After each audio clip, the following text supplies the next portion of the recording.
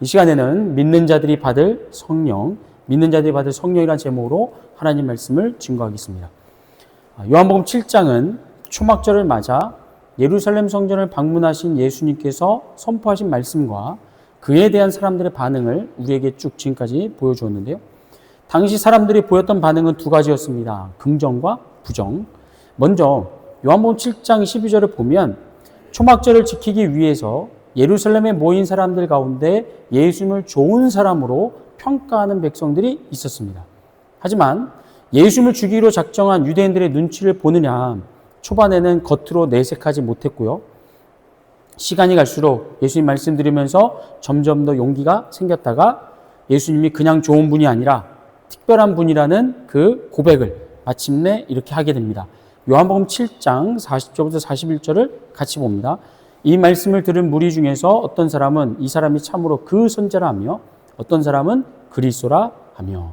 자, 여기서 그 선지자란 이미 요한복음 1장부터 쭉 오면서 몇 번 말씀드리겠는데요.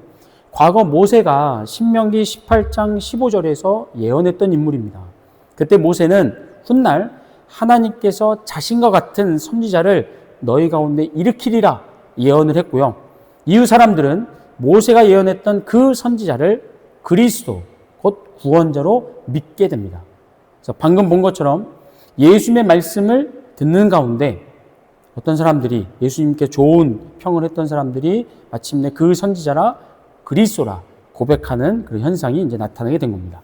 하지만 이렇게 예수님을 긍정하고 믿음을 고백하는 사람들과 반대로 끝까지 예수님을 부정하고 미워하는 사람들도 있었는데 요한복음 7장은 여기에 다양한 부류의 사람들이 포함되어 있었다는 것을 우리에게 보여줍니다. 첫 번째 부류는 초막절을 맞아 예루살렘에 모인 일반 백성들인데 요한복음 7장 12절 한번 보시면요. 예수에 대하여 무리 중에서 수군거림이 많아 어떤 사람은 아니라 무리를 미혹한다 하나. 여기서 예수님에 대해서 무리를 미혹한다 라는 평가는 예수님을 위험한 인물로 규정한 거라고 할 수 있습니다. 왜냐하면 예수님 이전에 사람들을 선동하여서 사회적으로 무리를 일으켰던 사례들이 있었기 때문에 그걸 배경으로 이런 고백이 나온 겁니다. 한번 보시면 사도행전 5장 36절 이전에 드다가 일어나 스스로 선전하며 사람이 약 400명이나 따르더니 그가 죽임을 당하며 따르던 모든 사람들이 흩어져 없어졌고 그 후 호적할 때 갈릴리 유다가 일어나 백성을 꿰어 따르다가 그도 망한즉 따르던 모든 사람들이 흩어졌느니라. 자, 지금 여기에 소개되고 있는 드다나 갈릴리 유다는 예수님 이전에 추종자들을 모아서 로마 제국에 대항했다가 끝내 처형을 당한 인물들을 이야기합니다. 근데 예수님도 가는 곳마다 인기가 있고 사람들이 따르다 보니까 일각에서는 이들과 동일한 어떤 거짓 선동가로 보고 평가한 것이죠. 이어서 부정적으로 평가했던 두 번째 부류는 예루살렘 주민들입니다. 요한복음 7장 25절 예루살렘 사람 중에서 어떤 사람이 말하되 이는 그들이 죽이고자 하는 그 사람이 아니냐? 보라, 드러나게 말하되 그들이 아무 말도 아니하는도다. 당국자들은 이 사람을 참으로 그리스도인 줄 알았는가? 그러나 우리는 이 사람이 어디서 왔는지 아노라. 그리스도께서 오실 때에는 어디서 오시는지 아는 자가 없느니라 하는지라. 아멘. 여기에 지금 예루살렘 사람이 등장하는데 다른 복음서에는 없습니다. 그리고 요한복음 7장에서도 딱 여기에서만 한 번 나옵니다. 그래서 이들이 누군지에 대한 정보는 적지만 확실한 건 뭐냐면 이들도 예수님은 죽어 마땅하다고 생각을 하고 있었다는 거예요. 누구처럼요? 당국자들처럼요. 여기서 당국자란 로마 제국으로부터 권력을 위임받은 산헤드린 공의회를 이야기합니다. 그리고 산헤드린 공의회는 유대교 종교 지도자들의 협의체로 당시 유대 사회를 실질적으로 통치하던 집단이었습니다. 물론 예루살렘에 살았던 주민들이 다 종교 지도자들은 아니었지만 적어도 지금 여기서 보았던 예루살렘 사람들, 주민들은 이 당국자들과 뜻을 같이 하고 예수님을 죽이는데 동조했던 사람들이라고 볼 수 있습니다. 마지막으로 예수님을 부정적으로 바라본 세 번째 부류는 유대인입니다. 요한복음에서 자주 등장하는 이 유대인이라는 사람들은 앞서 당국자라고 불렸던 종교 지도자들을 이야기하고 본문 32절은 이들의 정체를 대제사장과 바리새인이라고 밝히고 있습니다. 그러나 이들의 정체보다 중요한 건 예수님에 대한 그들의 시선으로 단순한 비판이나 부정적인 태도를 넘어서 예수님을 죽도록 그들은 미워했다는 겁니다. 그래서 예수님이 예루살렘에 나타나기만을 손꼽아 기다렸는데 초막절 중간에 예수님이 나타나시자 바로 예수님께로 다가갔고 가르칠 자격을 시작으로 시비를 걸면서 2번 정도 예수님을 체포하려고 시도하게 됩니다. 한번 보게 되면요. 한 번은 요한복음 7장 28절인데요. 예수께서 성전에서 가르치시며 외쳐 이르시되 너희가 나를 알고 내가 어디서 온 것도 알거니와 내가 스스로 온 것이 아니니라 나를 보내신 이는 참되시니 너희는 그를 알지 못하나 나는 아노니 이는 내가 그에게서 났고 그가 나를 보내셨음이라 하니 그들이 예수를 잡고자 하나 손을 대는 자가 없으니 이는 그의 때가 아직 이르지 아니하였음이라. 자, 방금 읽은 이 말씀 속에서 30절에 얘기하는 예수님을 잡으려고 시도했던 그들이 바로 유대인입니다. 근데 가만히 기회를 보던 그들이 발끈했던 건 뭐냐면 내가 스스로 온 게 아니라 하나님께서 나를 보내셨다는 예수님의 이 말씀, 그러니까 하나님의 신적 권위를 자신도 갖고 있다는 이 말씀 때문에 발끈해서 예수님을 체포하려고 했다는 겁니다. 하지만 결과는 실패하게 되죠. 참고로 말씀드리면 요한복음 7장 6절과 8절에 보면 예수님이 나의 때를 얘기하는 것을 우리 지난번 봤고 오늘 지금 봤던 말씀에서도 예수님의 때를 다시 한 번 더 언급을 하는데 이건 뭘 얘기하는 거냐면 하나님께서 예수님을 십자가의 고통과 죽음에 내어주시는 그 순간, 그 때를 의미합니다. 그런데 요한복음에 보면 언제 하나님이 이걸 허락하시냐면 요한복음 18장에 가서야 비로소 하나님이 예수님의 때를 허락하십니다. 그래서 그 전에 나오는 유대인들의 모든 체포 시도는 다 실패합니다. 하나님이 정하신 때가 아니기 때문에. 그러나 이런 계획을 몰랐던 유대인들은 자, 1차 시도에 실패한 뒤에 다시 한번 아랫사람들을 보내서 예수님을 체포하려고 시도하는데 당연히 실패하게 되죠. 자, 지금까지 우리는 예수님에 대한 당시 사람들의 반응과 평가를 살펴봤습니다. 그리고 요한복음 7장 안에서 예수님에 대한 사람들의 여론이 아주 부정적이지 않았음을 확인했습니다. 비록 부정하는 쪽이 주기적으로 하는 사람들이 더 많고 영향력도 컸지만 예수님을 긍정하고 믿는 쪽도 그냥 방관하지 않았고 침묵하지 않았다는 걸 우리는 확인했습니다. 근데 중요한 건 긍정하는 사람들에 대한 예수님의 태도라는 겁니다. 예수님을 죽도록 미워하는 세력이 더 힘이 세고 틈만 나면 시비를 걸고 체포하려고 하는 그런 상황 속에서 예수님을 응원해주고 예수님을 변호하고 믿어준다는 건 참 고마운 일이었습니다. 그러니까 말씀을 가르치실 때 고맙다, 수고가 많다 라는 칭찬이나 격려 한마디 정도는 해줄 법했고요. 조금 더 신경을 쓴다면 한 날을 정해서 예루살렘 근처 감난산에 그들을 모아서 위로회를 열어주거나 아니면 칭찬해 주는 것도 할 만했습니다. 그러나 예수님은 자기를 지지하는 사람들을 향해서 특별한 관심을 보이거나 그들과 어떤 개인적인 소통을 하려고 하지 않았는데요. 그 이유가 뭐냐? 그들과 예수님은 영적으로 아무 관계가 없었기 때문입니다. 지금부터가 중요한데 오해하지 않도록 잘 들으시기 바랍니다. 본문 37절부터 38절 한번 볼게요. 같이 읽겠습니다. 시작. 명절 끝날 곧 큰 날에 예수께서 서서 외쳐 이르시되 누구든지 목마르거든 내게로 와서 마시라. 나를 믿는 자는 성경의 이름과 같이 그 배에서 생수의 강이 흘러나오리라 하시니. 아멘. 자, 여기서 말하는 명절 끝날이란 초막절의 마지막 날을 의미하는데 초막절은 총 8일로 구성이 되어 있었고 그 첫째 날부터 일곱째 날까지는 매일 어떤 의식이 행해졌냐면요. 제사장이 실로암 연못에 가서 물을 떠와서 성전에 있는 번제단 서쪽에 그 물을 붓는 의식을 행했습니다. 이 의식은 과거 이스라엘 백성들이 광야 생활을 하면서 목말라 할 때 하나님께서 반석에서 물을 공급해 주셨던 이 은혜를 기념하는 의식이었고, 이 의식을 행할 때 백성들은 하나님께 감사와 찬양을 올려드렸습니다. 그렇게 7째 날까지 물 붓는 의식을 진행하고 8일째 되는 날에는 아무것도 없이 그냥 성회로 모여서 비를 구하는 기도를 올렸다고 합니다. 그런데 본문에서 말하는 이 명절의 끝날이 7째 날인지 8째 날인지에 대한 학자들의 견해는 아직까지 일치한 바가 없습니다. 모릅니다. 그래서 중요한 건 뭐냐면 이 초막절, 물을 공급해 주신 하나님을 기억하고 찬양하는, 은혜를 기억하는 초막절에 예수님께서 뭐라고 말씀하신 거예요? 내가 생수의 근원이라고 선포했다는 겁니다. 나를 믿는 자는 그 배에서 생수의 강이 흘러나오리라. 즉 믿음으로 생수의 근원 되시는 예수님과 연결될 때 그분의 그 생수가, 그 생명력 넘치는 그 물이 믿는 자에게 공급이 되고 믿는 자를 통하여 흘러 넘치게 된다는 겁니다. 자, 그런데 39절 보세요.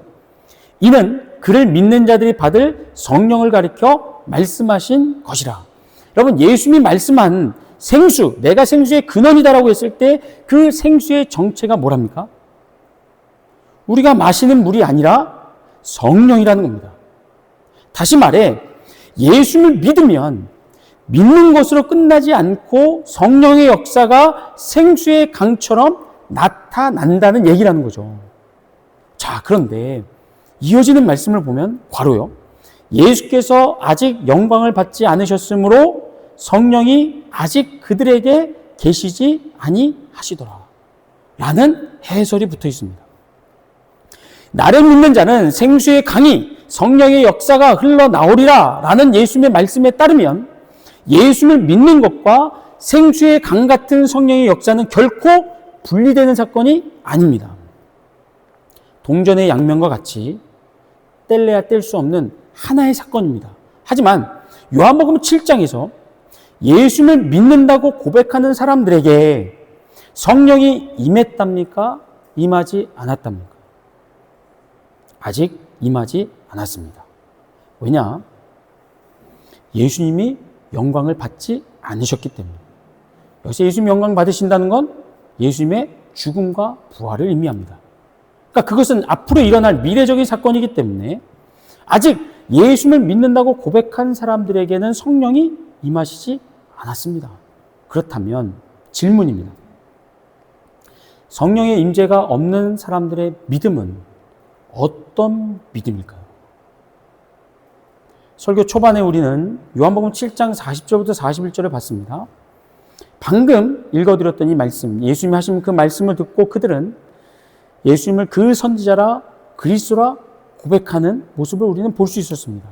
하지만 그들에게 성령이 임재한 건 아니었다는 거죠. 그랬을 때 예수님을 향한 신앙 고백을 가졌던 사람들의 믿음은 과연 진짜 믿음이었을까?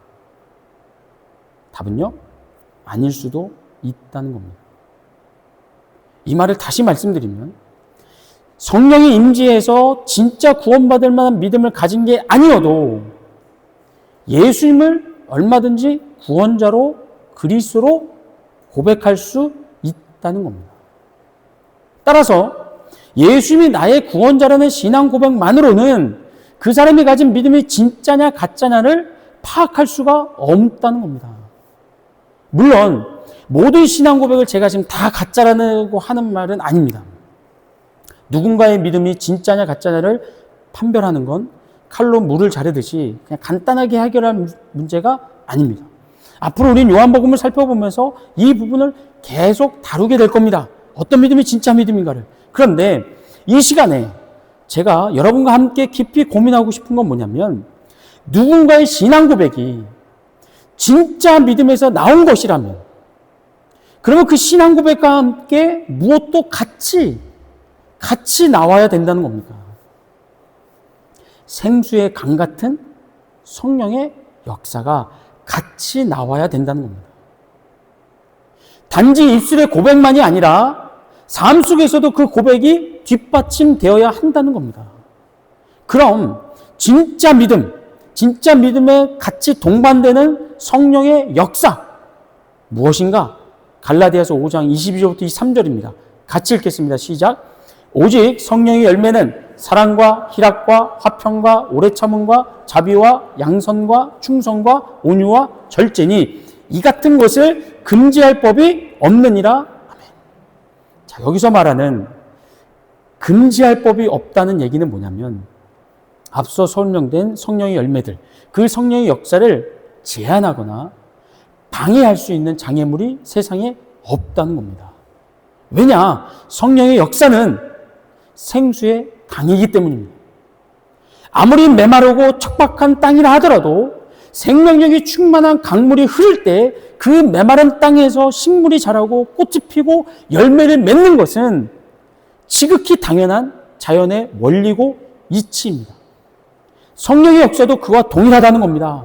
물론 사람들마다 편차는 있을 수 있죠. 성령의 열매를 맺는 속도나 그 양에 있어서는 차이가 있을 수 있습니다만 막을 수 없다는 겁니다.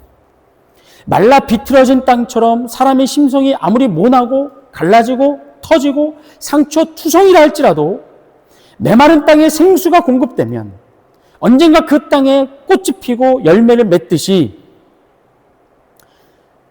참된 믿음을 갖고 있는 사람들, 성령의 임재가 있는 사람들에게는 뭐가 나타난다고요? 제한받지 않는 사랑, 방해받지 않는 기쁨, 대상을 뛰어넘는 평화, 감정의 기복을 압도하는 오래 참음, 계산을 초월하는 자비, 대가를 바라지 않는 착한 일, 하나님을 향한 흔들리지 않는 충성의 열매가 반드시 맺힌다는 겁니다. 왜요? 진짜 예수 믿는 믿음은 예수님을 구원자로 고백하는 신앙 고백과 함께 성령의 임재가 그 안에서 역사되어지기 때문입니다. 그러니까 신앙 고백만 봐서는 모르고 그의 삶도 같이 봐야만 한다는 거죠. 사랑하는 성도 여러분, 제가 이 말씀을 드리는 것은 다른 사람을 비판하고 평가하시라고 드리는 말씀이 아닙니다. 여기서 타겟은 나 자신입니다. 현재 나는 내 믿음이 진짜 믿음으로서 잘 지켜지고 있는가? 아니면 진짜 믿음이 의심된 만큼 신앙 고백이 흐려지고 성령의 역사가 희미하게 나타나고 있지는 않은가? 우리 스스로를 돌아볼 수 있기를 주의 이름으로 축복합니다. 왜냐? 제가 이번 주에 참 안타까운 소식을 여러 번 들었는데 하나는 한국에서 들려온 거였고 하나는 미국에서 들려온 거였어요. 혹시 들어보신 분도 계실 거예요. 한국의 남포교회라고 박영선 목사님이라고 하는 대단한 분이 계셨습니다. 저도 많이 영향을 받았고 존경했던 분입니다. 그분이 아들 목사님 때문에 시험에 드셨는지 넘어지셨습니다. 실족하셨습니다. 그래서 이번 한 주간 아마 SNS나 페이스북이나 이런 데서 기독교 관련해서는 굉장히 큰 이슈가 됐었습니다. 동시에 미국에서 필립 얀시라고 하는 굉장히 유명한 기독교 작가가 있습니다. 그분이 무려 8년 동안 불륜했다는 사실을 고백하면서 또 한 번 교회에, 미국 교회에 큰 상처를 안겨주었습니다. 무엇을 얘기할까요? 박현선 목사님이나 필립 얀시 이분이나 이들의 믿음이 가짜라서 그럴까요? 아니라는 겁니다. 뭐가 없어지는 겁니까? 뭐가 약해지는 겁니까? 성령의 열매가 약해지는 거예요.